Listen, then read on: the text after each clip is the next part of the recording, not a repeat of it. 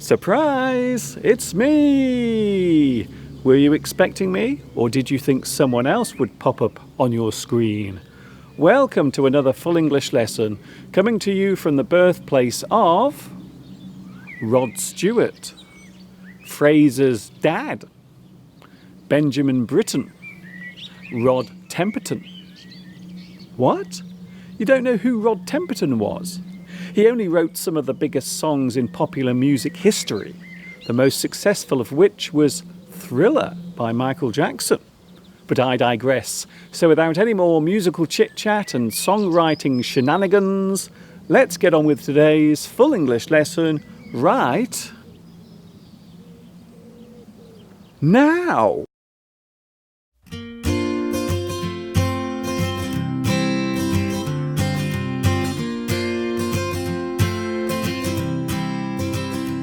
Do you ever take things with a pinch of salt? This expression is used when you are doubtful of the truth of something you've heard. A much talked about news story or a piece of local gossip from a neighbour might be taken with a pinch of salt. The story seems made up, fabricated and fake. You take what you've been told with a pinch of salt. I have heard that Mr. Duncan is getting married, although I'm inclined to take it with a pinch of salt. This expression is used when you want to show that you disbelieve something you've heard. Don't believe everything you hear. Sometimes you must take what you hear or read with a pinch of salt. The origins of the phrase are unclear. However, many believe that the expression comes from the similarity between the Latin word for wit and the word for salt. To doubt or distrust what you hear with a pinch of wit becomes a pinch of salt.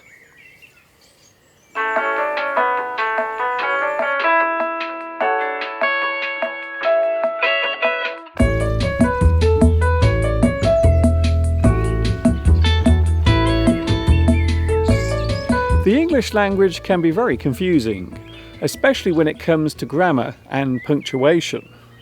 Here's a good example of that confusion. For what reason do you use an apostrophe in the word it's? This particular confusion occurs with native speakers as well as those learning it as a second language. The two types of uses are contraction and possessive. As a contraction, there is an apostrophe added to the sentence which shows that the sentence in question has been shortened. Instead of it is, you put it's. It's so nice of you to invite me over.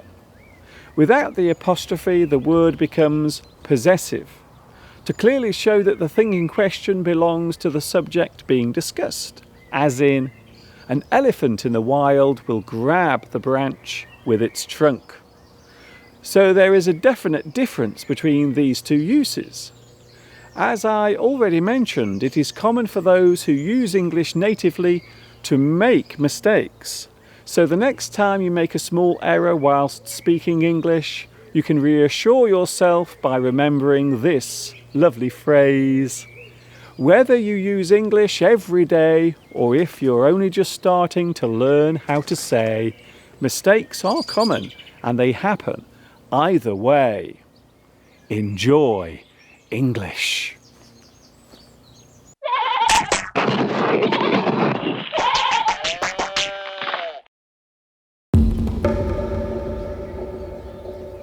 I love receiving your questions, so today I would like to answer one of them.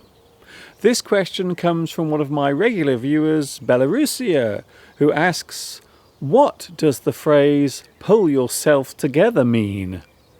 This phrase is often used as a way of expressing the action of calming down after an emotional outburst. To regain your composure is to pull yourself together. You collect yourself and calm down. I cried for a few minutes, but I managed to pull myself together before they arrived. You calm yourself down by taking deep breaths. You pull yourself together. You might tell someone who is in an emotional state, "Oh, for goodness sake, pull yourself together." There is a well-known joke about a man who goes to the doctor, believing that he is a pair of curtains, and the doctor replies by saying, "Pull yourself together." It is a phrase that is used a lot as a way of calming a person down. Thanks for your question, Belarusia. It's always nice to hear from you with your questions and comments. You can write to me at this address.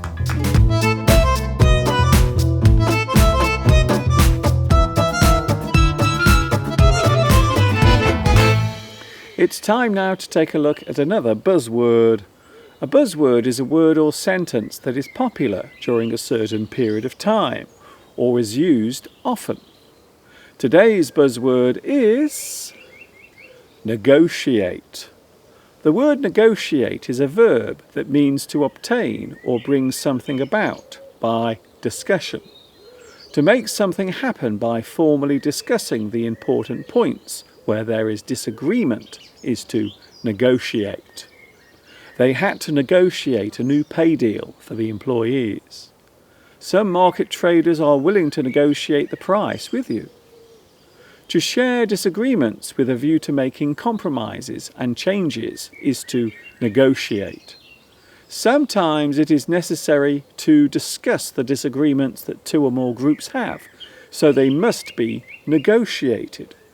To find a way through or over something, such as an obstacle or a difficult route, is to negotiate. The cyclists had to negotiate some very sharp corners during the race. To transfer a cheque or bill with its benefits to another person is to negotiate. To convert a cheque into cash or notes is to negotiate. The noun negotiation is the actual discussion where people negotiate a plan or a deal. The negotiations went on right through the night. The word negotiate originated in Latin and meant done in the course of business. Synonyms of negotiate include talk, discuss, barter, confer, bargain, parley, settle. You negotiate.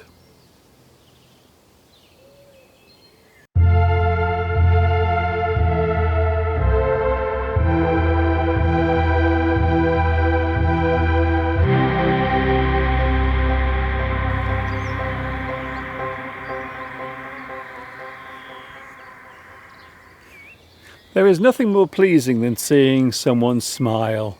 A smile can go a long way. I love smiling as it gives me a chance to show off my lovely teeth.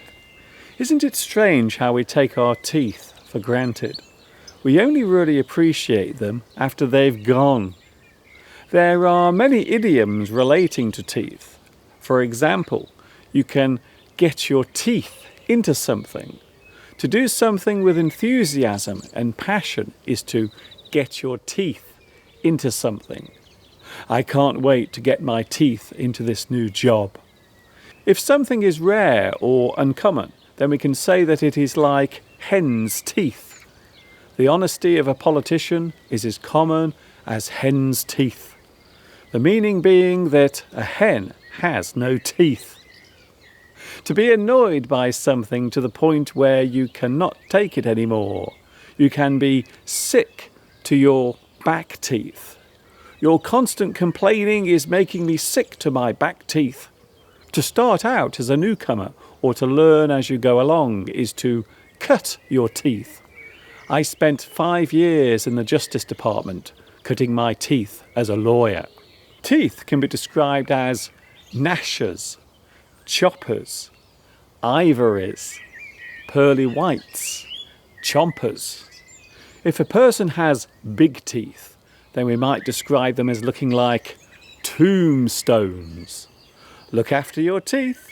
You'll miss them when they're gone.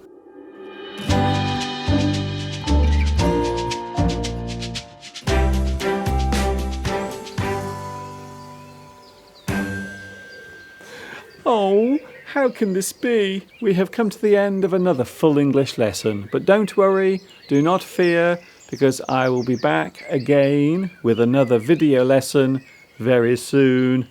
Don't forget to subscribe and activate the notifications so you will never miss out on another lesson, be it live or recorded. This is Mr. Duncan in the birthplace of English, that is of course England, saying thanks for watching, stay happy, and of course, ta-ta for now.